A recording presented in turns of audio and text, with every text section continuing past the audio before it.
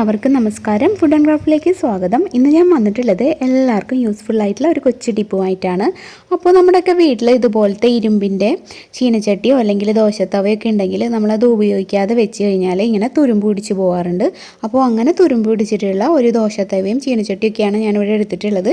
ഇതാണ് നമ്മളിന്ന് പാകപ്പെടുത്തിയിട്ട് നമുക്ക് ഉപയോഗിക്കാവുന്ന രീതിയിലേക്ക് മാറ്റുന്നത്. അപ്പോൾ വളരെ സിമ്പിളായിട്ട് കുറച്ച് സ്റ്റെപ്പുകൾ നിങ്ങൾ ചെയ്യുകയാണെങ്കിൽ എല്ലാവർക്കും തന്നെ നമുക്കിതിനെ ഉപയോഗിക്കാവുന്ന രീതിയിലേക്ക് കൊണ്ടുവരാനായിട്ട് പറ്റും. അപ്പോൾ നിങ്ങൾക്കത് ചെയ്തിട്ട് ഞാനിങ്ങനെ ഇതിൽ തന്നെ ദോശയൊക്കെ ഉണ്ടാക്കിയിട്ട് ഇതിൽ കാണിക്കുന്നുണ്ട്. അപ്പോൾ നിങ്ങൾക്ക് വിശ്വാസമാവല്ലോ കൂടുതലും. കണ്ടില്ലേ, ഇതിപ്പോൾ ഞാൻ വാങ്ങിച്ചിട്ട് കുറച്ച് മാസങ്ങളായി. ഇത് ഇങ്ങനെ തന്നെ വെച്ചു, അതുകൊണ്ടാണ് ഇത് ഇങ്ങനെ ഇരിക്കുന്നത്. കണ്ടില്ലേ, നോൺ സ്റ്റിക്കിൽ നിന്ന് ഇതിലേക്ക് മാറാനുള്ള കുറച്ചൊരു ബുദ്ധിമുട്ടാണ്. നമ്മൾ ഈസി ആയിട്ട് ചെയ്ത് പഠിച്ചുകൊണ്ട് ഇതാകുമ്പോൾ കുറച്ച് പാടല്ലേ. അപ്പോൾ ഇത് എപ്പോഴും എണ്ണ വരട്ടി വയ്ക്കണം, അങ്ങനെയൊക്കെയുള്ള ബുദ്ധിമുട്ടുകൊണ്ട് അങ്ങനെ വെച്ചതാണ്. ഇപ്പോൾ എനിക്ക് തോന്നുന്നു ഇതൊക്കെ ഒന്ന് എടുത്ത് റെഡിയാക്കാമെന്ന്. അപ്പോൾ എന്നാൽ പിന്നെ അതൊരു വീഡിയോ കൂടി ആക്കിയാൽ എല്ലാവർക്കും യൂസ്ഫുൾ ആവില്ലേ. അപ്പോൾ അങ്ങനെയാണ് ഇന്നത്തെ ഈ വീഡിയോയിലേക്ക് വന്നത്. അപ്പോൾ നമുക്ക് ഇന്നത്തെ വീഡിയോയിലേക്ക് കടക്കാം. ആദ്യത്തെ സ്റ്റെപ്പ് എന്ന് പറഞ്ഞാൽ ഇതുപോലെ ഡിഷ് വാഷ് ലിക്വിഡും സ്ക്രബ്ബറും വെച്ചിട്ട് നന്നായിട്ട് ഉരച്ച് ഇത് വൃത്തിയാക്കി കഴുകിയെടുക്കുക.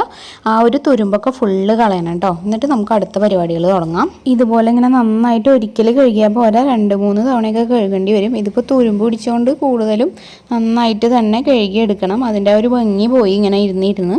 അന്ന് വാങ്ങിക്കുന്ന സമയത്ത് കുറച്ചുകൂടി നല്ലതായിട്ടുണ്ടായിരുന്നു. ഇതിപ്പോൾ ഉപയോഗിക്കാണ്ട് വെച്ച് ആകെ കേടായി. അപ്പോൾ നന്നായിട്ട് ഇത് ഉരച്ചൊന്ന് വൃത്തിയാക്കിയിട്ട് എടുക്കാം കേട്ടോ. ആദ്യം നന്നായിട്ട് ഇപ്പോൾ കഴുകി തുടച്ചെടുത്തിട്ടുണ്ട്. ഇനി ഇതിലേക്ക് ഏതെങ്കിലും ഒരു എണ്ണ നന്നായിട്ട് സ്പ്രെഡ് ചെയ്ത് കൊടുക്കുക. വെളിച്ചെണ്ണയോ അല്ലെങ്കിൽ നല്ലെണ്ണയോ സൺഫ്ലവർ ഓയിലോ ഏതായാലും മതി. നന്നായിട്ട് എല്ലാ സൈഡിലേക്കും ആക്കി കൊടുക്കുക. ഞാനിപ്പോൾ സൺഫ്ലവർ ഓയിലാണ് ഒഴിച്ചു കൊടുക്കുന്നത്. എന്നിട്ട് എല്ലാ ഭാഗത്തും ഈ ചീനച്ചട്ടിയുടെയും ദോശത്തവയുടെ ഒക്കെ ഈ എണ്ണ നമുക്ക് തേച്ച് പിടിപ്പിക്കാം കേട്ടോ. എന്നിട്ട് ഗ്യാസിൽ വെച്ചിട്ടൊന്ന് ചൂടാക്കണം, ഒരു മീഡിയം ഫ്ലെയിമിൽ വെച്ചിട്ട്.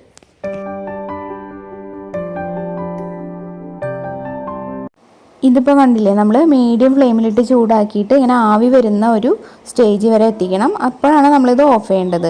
നല്ലൊരു ഹൈ ഫ്ലെയിമിലിട്ടിട്ട് വേഗം തന്നെ ചെയ്യാമെന്ന് വിചാരിക്കരുത്. അപ്പോൾ കറക്റ്റ് റിസൾട്ട് കിട്ടില്ല. മീഡിയം അല്ലെങ്കിൽ ലോ ഫ്ലെയിമിലായാലും കുഴപ്പമില്ല. ഇപ്പോൾ ചീനച്ചട്ടിയും ആ ഒരു ദോശത്തവയും ഇതുപോലെ ഇങ്ങനെ ആവി വന്നിട്ടുണ്ട്. ഇനി നമുക്കിത് ഓഫ് ചെയ്യാം കേട്ടോ. എന്നിട്ടത് നന്നായിട്ട് തണുക്കണ വരെ വെയിറ്റ് ചെയ്യാം. നല്ലപോലെ തണുത്ത ശേഷം ഞാൻ ഒന്നുകൂടെ ഇത് വൃത്തിയായി കഴുകിയെടുത്തതാണ്. കണ്ടില്ലേ, ഇനി നമുക്ക് നേരത്തെ ചെയ്ത പോലെ എണ്ണ പരട്ടിയിട്ട് ഒരിക്കൽ കൂടി ചൂടാക്കിയിട്ട് എടുക്കണം. അപ്പോഴേ കറക്റ്റ് ആ ഒരു റിസൾട്ടിലേക്ക് ഇത് വരുള്ളൂ. അപ്പോൾ നേരത്തെ ചെയ്ത പോലെ എണ്ണ പരട്ടിയിട്ട് ഒരു മീഡിയം ഫ്ലെയിമിൽ വയ്ക്കുക. ഒരു ആവി വരുന്ന സ്റ്റേജ് വരുമ്പോൾ ഓഫ് ചെയ്യുക. പിന്നെ വീണ്ടും തണുത്ത ശേഷമാണ് ഇനി അടുത്ത സ്റ്റെപ്പ് ചെയ്യേണ്ടത്. അപ്പോൾ മൊത്തം 2 തവണ ഈ ഒരു പ്രോസസ്സ് നമ്മൾ ചെയ്യണം. ഇപ്പോൾ ഇത് 2 തവണ നമ്മൾ എണ്ണ പറ്റിയിട്ടുള്ള ആ ഒരു പ്രോസസ്സ് ചെയ്ത ശേഷം കഴുകി തുടച്ചെടുത്തതാണ്. ഇനി നമുക്ക് ഇതിലേക്ക് കുറച്ച് അരിപ്പൊടി ഇട്ടിട്ടൊന്ന് ചെറുതായിട്ട് മീഡിയം ഫ്ലെയിമിൽ വെച്ച് വറുത്തെടുക്കണം. ഒന്ന് കളറ് മാറുന്ന വരെ. പുട്ടുപൊടിയാണ് ഞാനിപ്പോൾ ഉപയോഗിക്കുന്നത്, അതല്ലെങ്കിൽ ഇടിയപ്പത്തിൻ്റെ പൊടിയില്ലേ, അതായാലും മതി. ഇങ്ങനെ ചെയ്യുന്ന സമയത്ത് ആ ഒരു പൊടി എല്ലാ സൈഡിലേക്കും ഇതുപോലെ ആക്കി കൊടുക്കണം. അപ്പോഴാണ് കറക്റ്റ് ആ ഒരു റിസൾട്ട് കിട്ടുള്ളൂ. ഇതേപോലെ തന്നെ നമ്മൾ ദോശത്തവയും ചെയ്യണം. പിന്നെ ഒരു കാര്യം പ്രത്യേകം ശ്രദ്ധിക്കുക, ഫ്ലെയിം കൂട്ടി വെക്കരുത്. ചെറിയ തീയിൽ അല്ലെങ്കിൽ മീഡിയം ഫ്ലെയിമിൽ ഇട്ടിട്ട് കളറ് മാറുന്ന വരെ ചെയ്യാം കേട്ടോ. എന്നിട്ട് ഇത് ഓഫ് ചെയ്യണം.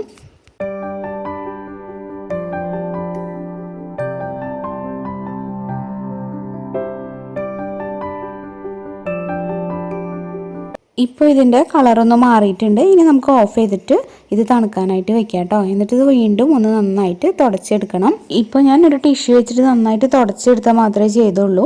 ഇനി നമുക്കിതിലേക്ക് കുറച്ച് ഓയിൽ ഒഴിക്കുക. എന്നിട്ട് ചെറുതായിട്ട് അരിഞ്ഞിട്ടുള്ള സവോളയില്ലേ, സവോള ഒരു പകുതി സവോള മതി. വലിയ സവോളയുടെ ഒരു പകുതി എടുത്തിട്ട് നന്നായിട്ടൊന്ന് വഴറ്റി കൊടുക്കുക. അപ്പോൾ നമ്മൾ നേരത്തെ അരിപ്പൊടി ചെയ്ത പോലെ തന്നെ ഇത് വഴറ്റുമ്പോഴും എല്ലാ ഭാഗത്തേക്കും ഈ ഒരു സവോളയും ഓയിലും ആവാനായിട്ട് നോക്കുക. ഒരു മീഡിയം ഫ്ലെയിമിൽ ഇട്ടിട്ട് നന്നായിട്ടൊന്ന് വഴറ്റി കളറ് മാറുന്ന വരെ ആക്കിയെടുത്തു കഴിഞ്ഞാൽ നമ്മുടെ സീസണിങ് ഇവിടെ കംപ്ലീറ്റ് ആവും.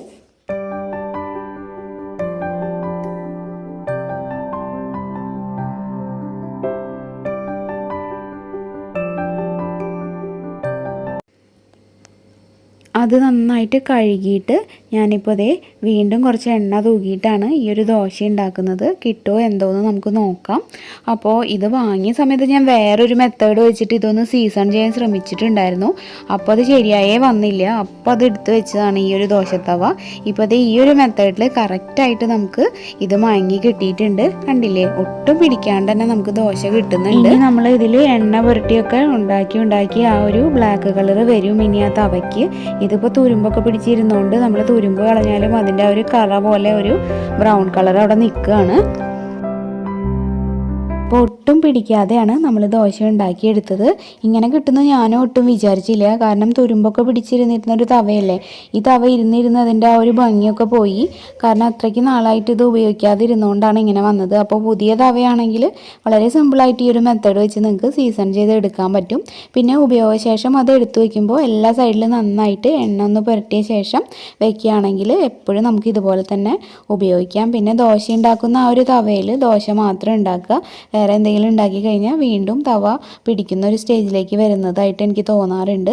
അപ്പോൾ ഇതുപോലെ തന്നെ ഇനി ചീനച്ചട്ടിയുടെ കാര്യം പറയുകയാണെങ്കിൽ അതിൽ നമ്മൾ ആദ്യമായിട്ട് എന്തെങ്കിലും ഡീപ്പ് ഫ്രൈ ചെയ്യുന്ന പോലെ ഐറ്റംസ് ഇല്ലേ, പഴംപൊരിയോ അങ്ങനത്തെ ഐറ്റംസൊക്കെ എന്തെങ്കിലും ഉണ്ടാക്കിയിട്ട് പിന്നെ നമ്മൾ ഉപയോഗിക്കാനായിട്ട് തുടങ്ങുക. ഡീപ്പ് ഫ്രൈ ചെയ്യുന്നതാണ് കൂടുതൽ ആ ഒരു ചീനച്ചട്ടി പുതുതായിട്ട് ചെയ്യുമ്പോൾ നല്ലത്. എന്തെങ്കിലും 1-2 തവണയൊക്കെ ഡീപ്പ് ഫ്രൈ തന്നെ ചെയ്തിട്ട് പിന്നെ ഉപയോഗിച്ചാൽ മതി കേട്ടോ. അപ്പോൾ ഈ ഒരു വീഡിയോ നിങ്ങൾക്ക് എല്ലാവർക്കും ഹെൽപ്ഫുള്ളായി എന്ന് വിചാരിക്കുന്നു. എല്ലാവരും ഇതുപോലെ തുരുമ്പ് പിടിച്ചിട്ടുള്ള തവയൊക്കെ ഉപയോഗിക്കാതിരിക്കുന്നുണ്ടെങ്കിൽ ഒന്ന് ഈ ഒരു മെത്തേഡിൽ ചെയ്ത് നോക്കുക. വീഡിയോ ഹെൽപ്ഫുൾ ആണെന്ന് തോന്നുകയാണെങ്കിൽ തീർച്ചയായും ഇതിന് താഴെയുള്ള ലൈക്ക് ബട്ടൺ ഒന്ന് പ്രസ് ചെയ്യുക. ഇത് നിങ്ങളുടെ ഫ്രണ്ട്സിനും റിലേറ്റീവ്സിനും ഒക്കെ ഒന്ന് ഷെയർ ചെയ്ത് കൊടുക്കുക. അതുപോലെ പുതുതായിട്ട് ആരെങ്കിലും നമ്മുടെ ചാനൽ ഇപ്പോൾ കാണുന്നുണ്ടെങ്കിൽ ഒന്ന് സബ്സ്ക്രൈബ് ചെയ്തിട്ട് നമ്മുടെ ഫാമിലി ജോയിൻ ചെയ്യണം കേട്ടോ. സബ്സ്ക്രൈബ് ചെയ്യുമ്പോൾ ബെല്ലൈക്കൺ ക്ലിക്ക് ചെയ്യുക. അതിന് നേരെ വരുന്ന ഓൾ എന്നുള്ളൊരു ഓപ്ഷനും എനേബിൾ ആക്കുക. എന്നാലേ കറക്റ്റായിട്ട് നോട്ടിഫിക്കേഷൻസ് ഒക്കെ കിട്ടുള്ളൂ. ഇനിയപ്പോൾ നാളെ മറ്റൊരു നല്ല വീഡിയോ ആയിട്ട് നല്ലൊരു ഐഡിയ ആയിട്ട് വീണ്ടും വരാം. അതുവരെ എല്ലാവർക്കും നന്ദി. താങ്ക്